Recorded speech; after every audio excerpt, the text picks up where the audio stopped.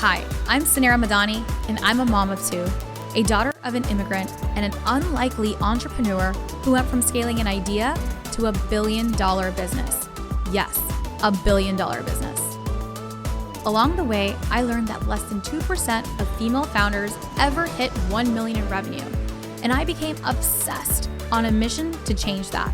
I believe that there is so much gatekeeping in business knowledge, and that we as female entrepreneurs should be learning from other female founders and leaders who have broken the statistics. Since I never went to CEO school, I've had to learn it all the hard way, but you shouldn't have to, because we believe that you deserve to have it all. And honestly, nothing bad happens when women make more money. Grab a seat because class is officially in session. Welcome to CEO School. Hi everyone, welcome to CEO School. I'm your host, Suneera Madani, and today I have two incredible guests here with us today. Stevie Clements, CMO of CAVU Consumer Partners, and Allison Ellsworth, co-founder and chief brand officer of Poppi sodas. Stevie has worked with Rohan Oza for over a decade as CMO for CAVU Consumer Partners, which includes brands like Beyond Meat, Bai, Vital Proteins, Jennifer Garner's, Once Upon a Time, One Bars, Oatly, and so many more. She leads the firm's in-house branding studio, Uncommon. Allison, who's Poppi's co-founder and chief brand officer, you know her from the episode of Shark Tank when Rohan Oza did the deal with her and changed the game for Poppi forever. She is an amazing brand builder and co-founder of Poppi, and her story is just so inspiring of how she got this amazing soda from the hands of farmers markets all the way into every single retail partner that we love. And so I'm so excited to welcome these two women to the show today. Ladies, welcome to CEO School. Thank you. We're so excited to be here. No, I am so excited to have you guys. We kicked off this when Allison came right onto the screen. I was telling her, I was like, mom brain, founder brain, I don't know what it was. I'm like, I sat down for this interview. I'm like, Poppi, why does this sound so familiar? And I'm like, oh my God, this is Poppi, the soda that I've been drinking with my family over the last several months. So, long story short, I was at Costco, which I never go to Costco. And I went to Costco on a Saturday with my two young daughters and my 4-year-old. And as we're browsing through the aisles, they have the little taste, try this and taste that. And so that was my first time in actually trying Poppi soda. And what I loved about it, one, it tasted amazing. My 4-year-old loved it, but it had prebiotics, that were incorporated into this beverage. And so I got a case because I was like, okay, she loves it. And secretly she has no idea that it's good for her and good for us. And so I try to give them 1 can a day. Like literally we always go through it. I'm like, did we have our Poppi? And that was like the start of that. And then this weekend, we actually just finished our CEO School retreat. We hosted over 50 women. We do this amazing retreat twice a year, and our beverage that we had outside of just water and coffee and all the things, we always have fun healthy products, and Poppi was everywhere. And it was honestly because also the brand and the packaging, and it just fits with our CEO vibes. And so Poppi was all over CEO School, and I'm here in the studio, and so we literally had cases of Poppi. And then today I get to interview you guys. So I feel it's like when you're driving a car and then you buy a car and then you don't see it anywhere and then you see it everywhere. That's how I feel about Poppi. So amazing job, ladies, in bringing this brand to market. And I'm just so excited to get to know you, Allison, and your story and your founder story. So let's dive right in. So tell us, how did you start this beverage and what was the story behind it?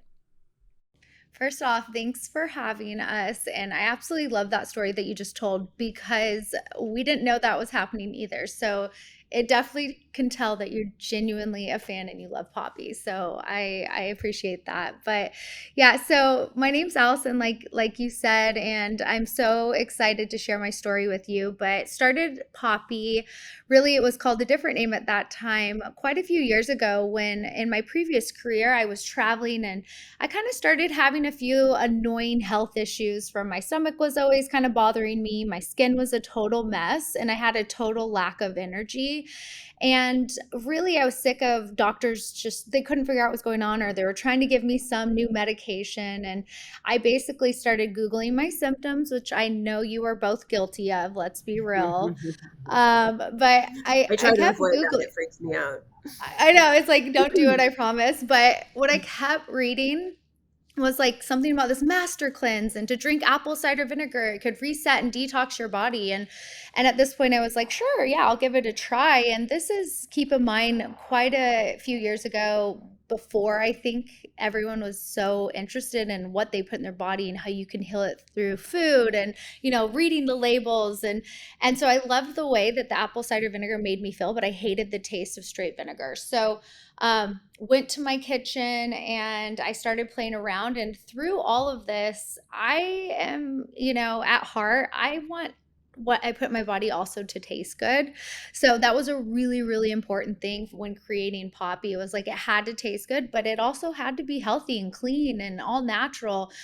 So actually through that process is what I realized is we literally created a soda that tasted amazing. It was as simple as that. And it just set me on this path of health and wellness. And I just wanted to share it with everybody. So quickly after that, I took the local farmers market. We got into Whole Foods. It was just like this moment of, wow, we need capital. And of course, the next step in the American dream is you go on Shark Tank. So that's obviously what we did. And that's when we ended up getting a deal, and where Stevie came into our lives at that moment after getting a deal on Shark Tank with Rohan Oza. Yeah, and I always love to tell this story because I remember the day that, Allison and Steven came on Shark Tank. I was on set with Ro. And I remember, obviously as part of the pitch, they passed the product out, everyone tastes it. And I remember standing on the side stage and Rohan tried it and just immediately looked over at me and made these kind of googly eyes. And I knew right in that moment that he had found a liquid that he was super passionate about. It's something, we had really been talking about and looking for a while. Rohan obviously coming from, soda. He worked at Coca-Cola and then built vitamin water, but we were convinced that there was room in the world for a modern soda. And, Allison and Steven and the Poppi team had created that. So it was pretty cool to see. And we always talk about that moment as kind of that aha, We had no idea. Of course, they had that look, but I think at the time I was 9 months pregnant. My husband was up there with me. He's like sweating bullets. Rohan's looking at Stevie being like, this is good. And we're like, are we going to get a deal? So it's funny to see like both sides of the story, and definitely changed our lives for the best. Oh, I love this. And this is so exciting for us at CEO School. I've never had on a founder and the investor on at the same time. And so this is going to make for like such amazing conversation. And I can already think of all the questions that our women are going to want to ask. And how did you even get on Shark Tank? So, going from, creating this beverage like out of your kitchen. There are so many women that have great, great product ideas, but can't really bring it to market. If you can kind of take me back, Allison, on some of those early days, going to the farmer's market, how did you go get traction to then go get into Whole Foods, to then go get into Shark Tank? I think that'll be really helpful for our entrepreneurs in the room. Yeah, I think as any entrepreneur, the thing that you need in your life is a good community telling you can do something. So, Yeah. in that, I'm very blessed to be able to do this with my husband, but it doesn't always have to be that. But I think as founders and entrepreneurs, you can feel very alone throughout the whole process. And I always say, like, surround yourself within community, ask for help, ask for advice, get rid of the negative energy. And it's one of those things that I think that we had that really early on, from my parents to my family, just being like, you're crazy, you want to start this like company that nobody's ever talked about, but like, hell yeah. And so for me, it was just the path forward, and not knowing is always like the best. Now I know a lot and I'm like, I don't know if I could do it again, even though I'm crazy enough to do it again. But I think that's just a big part of the beginning of it, is just having that gut of, I know what I'm doing. I want to share this with everyone. This changed my life. I mean, the number one reason people drink Poppi is because it tastes amazing. It's also incredible that health has health benefits. And I feel like the consumer at the time when we were at the farmer's market, they just really connected with this. They were like, holy crap, you created something that's tasty and healthy. And then we did have a moment at the farmers market pretty early on where Whole Foods came by our booth. I think 3 weeks in, she was a local forager. She handed me her card and she's like, "This is a fantastic product. I usually don't do this, but you guys need to be in Whole Foods." And I was 3 months pregnant. We'd just bought a house. At that moment, I had that card in my hand. I looked at my husband, Steve, and I said, "I'm not going back to work. I'm putting our life savings into this, and you're quitting your job too." And he was like, "You're psycho." And he was like, "But let's do it." Every You know, good and we just entrepreneur is do called. it. We If you just haven't did been it. called a psycho once, like that's like par for course for entrepreneurship. 100%. And so we just went for it. And then, I think with Shark Tank and doing that, it was funny. Mark Cuban on his Instagram posted, "We're coming to Dallas tomorrow and we're going to come for Shark Tank. There's tryouts." And not knowing, I went and stood in line for 8 hours and we pitched our little hearts out. And 6 months later, we were on the show and had a deal. So I think it just goes to show that if you believe in something, just do it. So funny. Now knowing Allison the way I know her, like that story resonates so much because Allison truly believes that she can accomplish anything. And I think you have to have that mindset as a founder.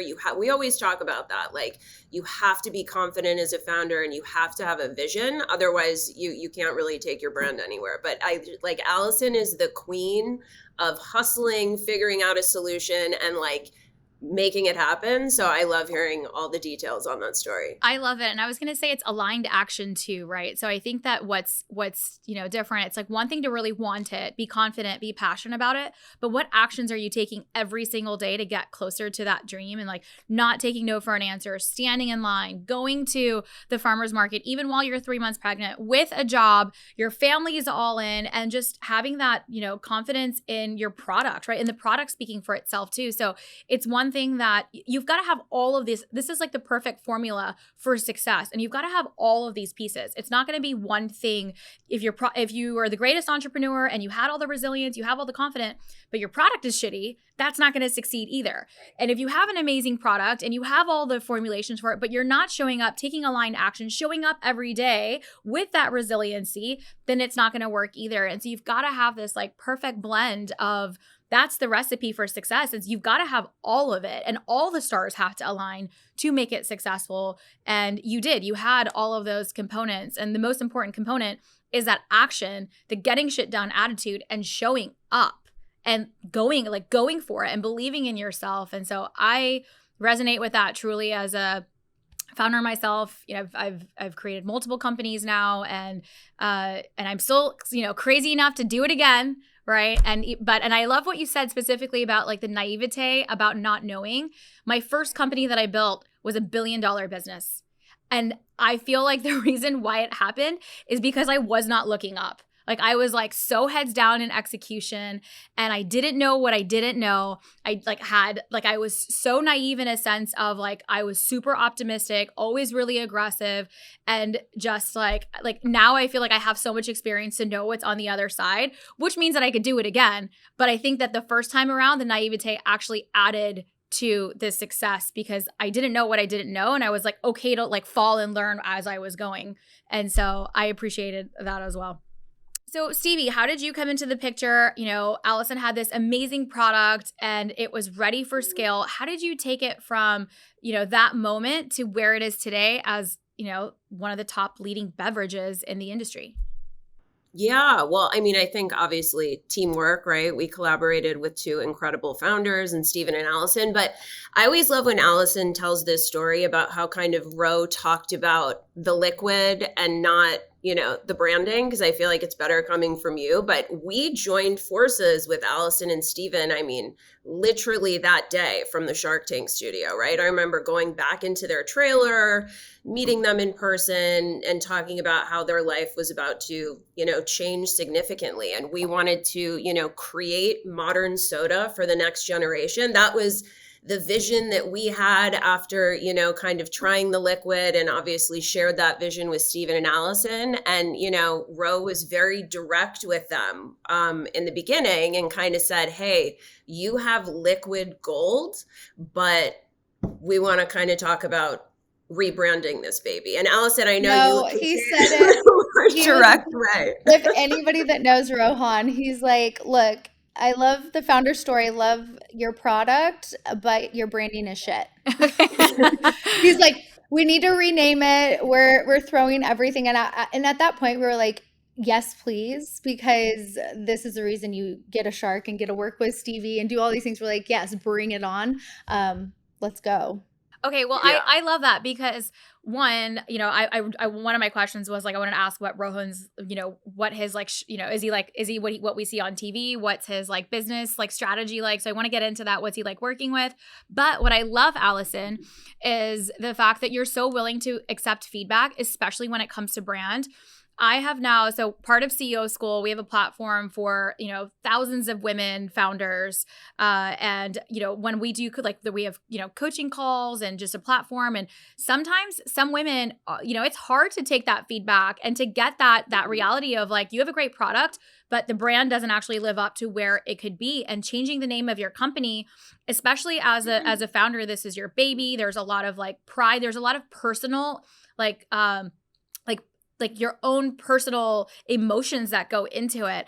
And so I have to say that I think it's so incredible that you're so willing to be like, you know what? I'm going to listen and I'm going to learn from somebody who's been there and done that before and trust that advice and not get defensive. Even when someone's like, you just met, you just like did a deal. It's probably not signed yet. And then here this mentor is like, well, it's like shit. Your brand is like shit. It's liquid gold, but your brand's like shit.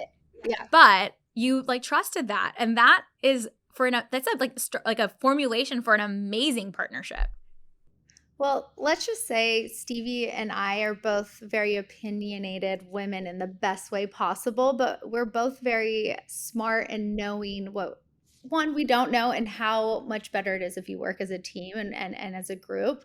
And it's so true when it came to that. Like that's the reason we went on the show is also a big part of why I think Poppi is so successful. I truly feel like we jumped ahead like 2 years because we were able to bring in Rohan and Stevie and have their expertise. And what's really fun about it is we were called Mother Beverage before. It was a playoff of like the mother of vinegar.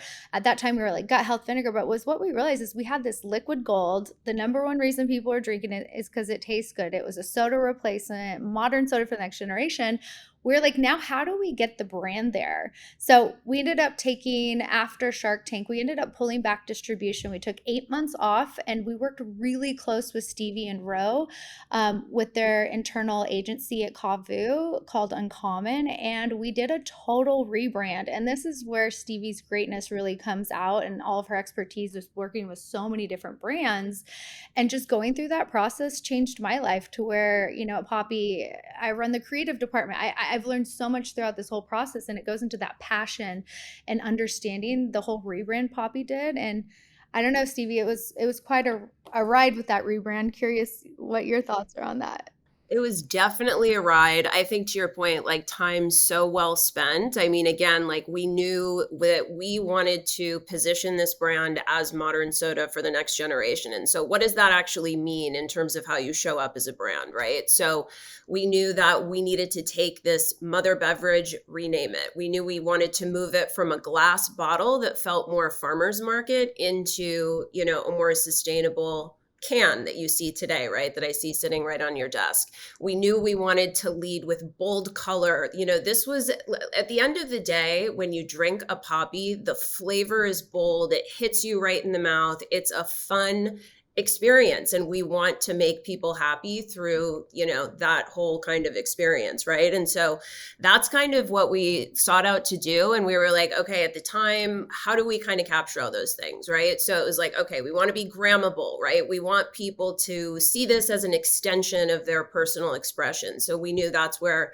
the color piece would come in. We wanted to rename it something that really nodded to soda, right? So Poppi, it's kind of a nod on around soda pop. But I mean, this was months and months of strategy sessions, consumer research. You know, Allison always tells this story. You know, I remember the first session, it was trying to extrapolate how we wanted to show up as a brand. So it's like, if you were a car, what kind of car would you be and why, right? If you had a celebrity partner, who would that celebrity be and why? And all of these little tidbits of information help us inform the strategy moving forward and how we position the brand showing up.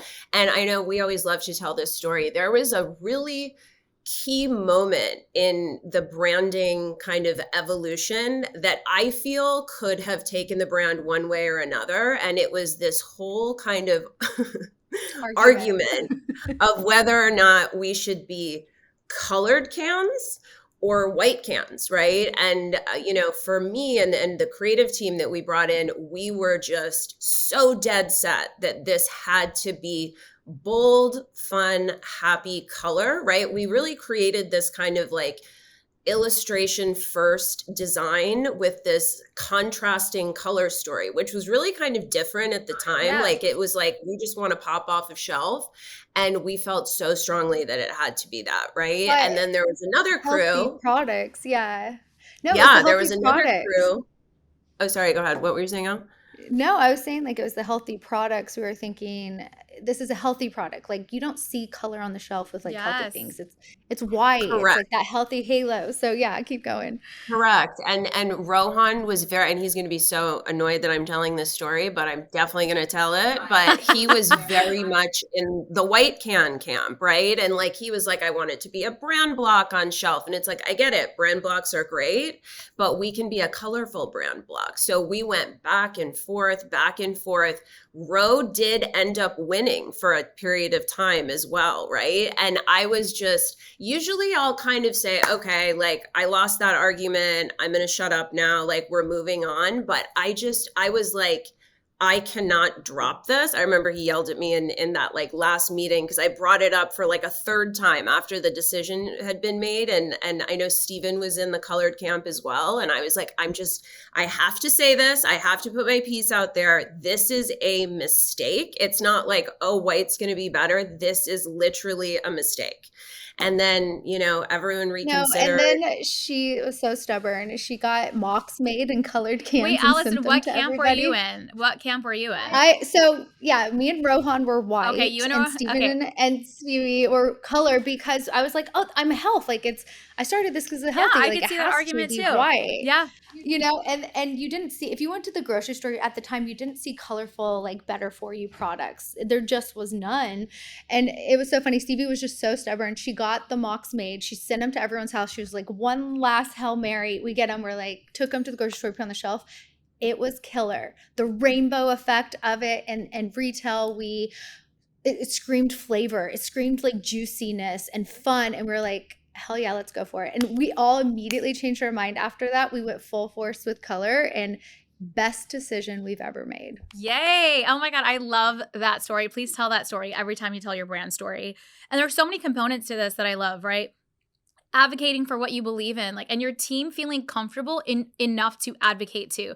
That speaks so highly of how, you know, probably how CAVU is run, because Stevie, you felt that you had a voice at that table. And even if the founder and even if the CEO is like, hey, I'm really believing in white, this is what I want. The founder of the beverage, right? One of the founders is also there. And I love the fact, Stevie, that you were like, nope, like I feel in my gut, because this is your job. Like this is what you do. And what you get paid to do is think about that. And so that's all you think about 100% of your day. And you had, you know, that voice to be able to do it, but it also speaks so highly of the culture at CAVU and how Rohan runs his organization, because that means that voices matter at the table. And healthy conflict, like going back to like whoever's listening, healthy conflict is such a good thing. You do not want concordance in an organization. Every stage of my companies that we have scaled, I get to work with my co-founder is my brother, by the way. So we have built massive company over the last decade. There has been so many air quotes healthy conflicts, right, as a leadership team, and we had our own individual, like, what we divide and conquered, and so we still trusted each other and where we were coming from, but without those like healthy conflict discussions and those points where it felt really hard, and instead of one of us or our team, right, just giving in to say, okay, I'm going to throw in the towel, we're just going to go with it. I love the fact that you advocated for it through that last Hail Mary, right? And then seeing it all the way through as well. Sometimes what you think is on paper is not what actually shows up in real life as well. So I love the fact that you were like, okay, one last shot. Let's bring everybody to it, touch it, feel it, and everybody felt it in their gut. And then you go all in. And once that decision is made, you never look back. Like, you don't look back and you're not like, well, if we had tried the white, like, no, like, we're all in and we're 100% bought in as a team. And we're going to 100% do this like as a team. And like my whole, like everyone, like around me and my team knows I literally have one team tattooed on my arm. That was like our biggest value as a family and like as our businesses, and like that is it. It's like one team. Like once we freaking say go, like, and we call it sky is black. So if we say sky is black, like if one person's like sky is black, we're all like, well, even if it's blue outside, sky is black. Like we're all one team around it. So I love this. Shout out to the amazing culture that you guys have for your founders and for the executives. That is truly special. And look at Poppi now. And it did work, because the way that I got like genuinely introduced to this beverage was my 4-year-old went over to that little, like the tasting station and was like, oh, I love it. No idea that it was healthy, right? She would have never gone to a brand that looked like any of the organic brands that we have in the house. And they shy away from those brands. They could tell that it's like, it's going to taste a little different, or the cereal is going to be a little different than their like, the Cascadian Farms versus like the Cinnamon Toast Crunch. Like, I feel like it tastes exactly the same, but like my 7-year-old is like, it's the white box one. No, she wants the one that's like her cereal. So my 4-year-old Anna literally went, grabbed the soda, and that's how we got it in our cart. And then when I saw it, I was like, ooh, look at all of this that mama wants in her beverage. Exactly. So I think you got best of both worlds. Need to know. What'd you say, Allison? Yeah.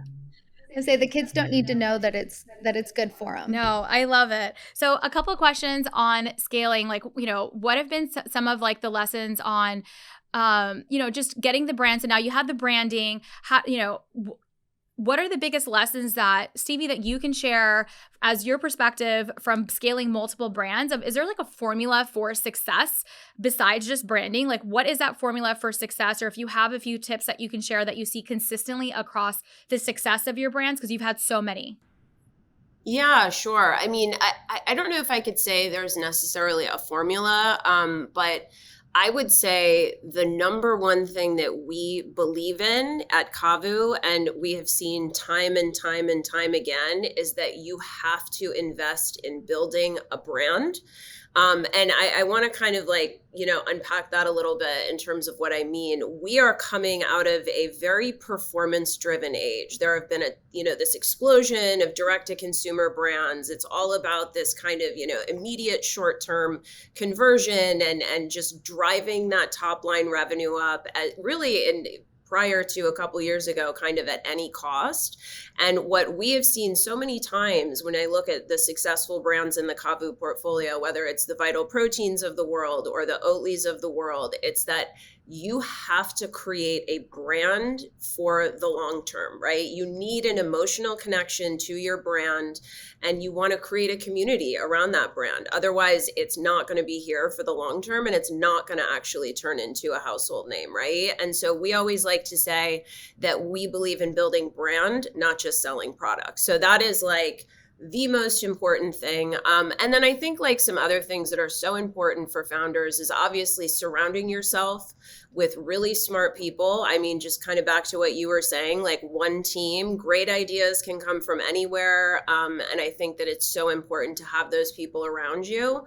I also think that having an open mind, I also want to tap into something you said earlier when you kind of talked about the naivety that you had was almost helpful, right? I think that a lot of, founders who have done it before, or, you know, marketers especially who come from a certain pedigree, who kind of have a certain way of doing things, sometimes that can be prohibitive to building brand, right? Like, I always love Allison's story around TikTok and just how, you know, Poppi has gone about building brand, because I think a lot of marketers are a little bit stuck in their ways. And with how the marketing landscape is evolving almost on a daily basis, it's like, if you're not willing to throw out the old and try the new and pivot quickly, you're kind of going to be left in the past. So I think like that ability to pivot quickly is so important. And then obviously making sure that you have a great financial profile, good cost of goods, margins, because if that isn't there, you're never going to build a successful business. So I would say those are a couple pointers.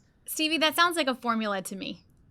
Okay, maybe it is a formula. It does. And I fully agree. I would say something that, and I see it often, right? Especially when you said about marketers and, you know, what worked even last year is not what's going to work this year. You know, marketing is a completely different beast. Getting your brand to market in today's, like, you know, it's 2023, but it's wildly different today than it was not even a year ago, especially with the emergence of social media, how consumers are buying products, how like our behaviors are changing on just our reaction towards different products. We buy from people now. We're not buying from, you know, it's not just like the performance marketing is what I heard you kind of referencing of throwing in, understanding CAC, scaling it.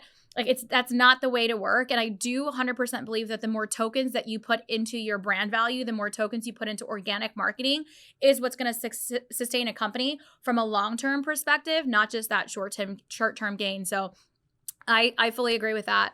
And Allison, any thoughts here on that as well? Well, something that, you know, that we didn't even talk about that is wild is Poppi launched in March of 2020. Ooh. You know, nothing big actually happened that month that affected the entire world. So no big deal. Well, CEO School podcast was launched March of 2020 as well. See, so yeah, it's major. Yes. Yeah, one of those moments. But it was one of those moments that I think the world was thinking about health and wellness really for the first time, was like really breakthrough moment for us.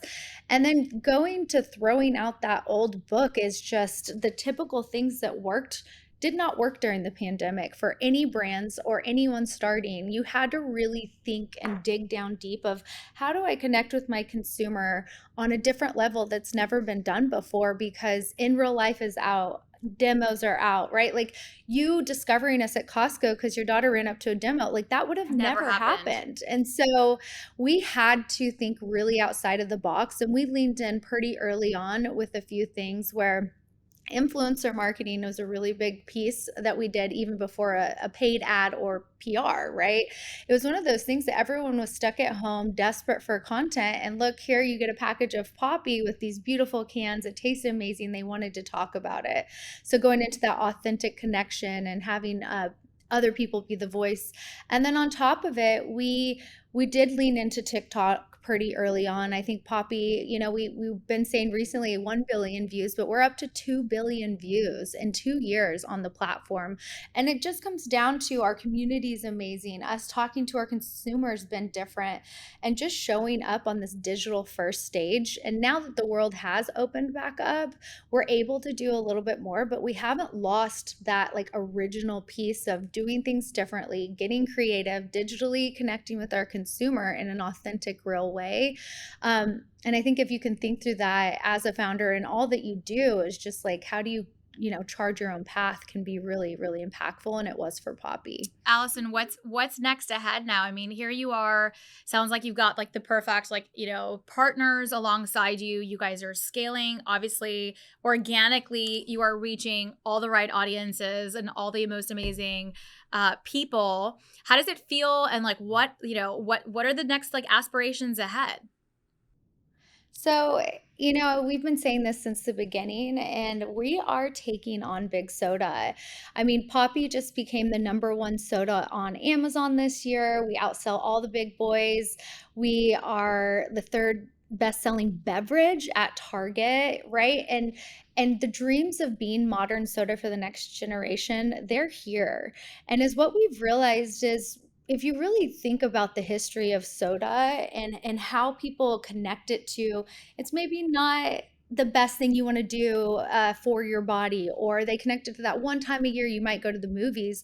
And is what we've realized with Poppi is we've given people the freedom to love soda again without all the baggage. And so for us, we have a clear goal that we're bringing soda back and it's better than ever. And we give you that ability to love it. And that is just like the future for us. We are fully on that mission to bring soda back, to give you that freedom to love it, and watch out, Big Soda. I love it. I love your passion, and I want to see it everywhere for my kids as well and for us. And this is just so incredible. When you look back, and I'd love to ask this question, to the two of you as we kind of close up this discussion. We could sit here and talk for another hour, but I would love to kind of ask each of you some of like the, what is like the one big, if you could go back in time, a big lesson, something that you know now that you wish you had known before, that you want to share with, the thousands of women that are listening here that all have ambitions to go build a brand like Poppi or Stevie, to go build some of the brands that that you and Rohan have been able to build. When you look back, what is like one of the biggest like lessons in your career that you would like to share with our women today? And I'll start with you, Stevie, would be great, and then Allison will end with you. Yeah, I mean, I think there's like two that I can think of. So number one, I think, is have the confidence to follow your gut. I think, we talked about it a little bit in the can story, but being confident to kind of like speak up, know that you have a voice at the table, and know that people will respect that if, you can really articulate your vision and your thinking. I think that's like super important and something that I've learned to optimize over time. And I think like another thing that I have learned on a more macro scale, and I've just kind of seen it, up close, is again, you have to build a brand for the long-term play. You cannot build a brand to sell. If that makes sense. It's like I've seen it where decisions are made because it's like, oh, well, this is what, we need to do in order to kind of achieve this. I always like to say, like, build it and they will come. If I'm going to quote, Field of Dreams, Kevin Costner, for all you oldies out there listening like me. But I think it's just so important to always have that brand first vision. And if you kind of make the right decisions, like all of that will come and you'll find success. I love that. Great advice. And Allison? I think that was well said, and I 100% agree with that, is building the brand. But on the founder side, I think something that we don't realize as female founders out there, that it is our time and it's right now. And the support systems around being a female founder, the support and mentorship that I'm seeing out there is insane. The recognition, the movement, it's just like this is now, and that's that time. And just to have that confidence, because I think as a female, me and Stevie tend to be in a lot of rooms with men, which isn't a bad thing. But knowing that you belong and that is a place that you deserve to be. And I know people have been saying it for a while, but I see the movement and I'm feeling it.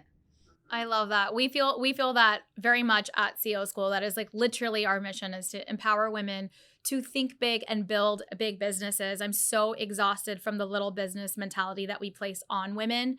And it is our time, and our time is now, and nothing bad happens when women make more money, period. It is better for, I think we just carried the entire economy, by the way, with Barbie and Taylor Swift. And so you're welcome, GDP. So this is just, Totally. yes. And this is so powerful. I can't wait to see you guys in person. Hopefully we can meet in New York for our big like million download party and get a chance to celebrate Poppi in person. Cheers to the two of you. Congratulations on all your success, Stevie and Allison. What a beautiful story. It is amazing to see what you've done. I didn't even get a chance to ask you how you do it as a mother, right? And so I'm sure that we could have an entirely other episode on mom life and how difficult it is. But I love your ambition of continually showing up even today, even after you've gotten the investors. And I think that's a really important point for the women in the audience to see. Allison's here today, right? Still talking about her brand, still getting excited about seeing it. And she has a lot of success and scale, but she's like still so passionate about truly replacing out soda and like really killing the entire industry of itself and disrupting it. And so I appreciate that vigor, Allison. And I know that CAVU is lucky to have you as a founder. And so congrats on all your success. And where can we find, if we want to follow along on both of your journeys, how can we go get the product? Where can we get the product? And then how can we, support the brands that both of you represent? Yeah, so Poppi, you can follow us on all social channels, Drink Poppi. And then we're sold in every major retail in the nation from, Target to Whole Foods, Sprouts, Publix, Costco, Sam's, and more, and Amazon. Amazing. Mm-hmm. And I mean, you can check out all of our amazing brands within the CAVU portfolio at CAVUconsumer.com. Perfect. And follow all of them on Instagram. Well, we can't wait. We'll be linking everything in the show notes, and we'll see you next week at CEO School. Thank you for tuning into today's show. If you loved it, leave us a review. We are so proud to bring you authentic conversations, game changer expert guests, and valuable content on and offline.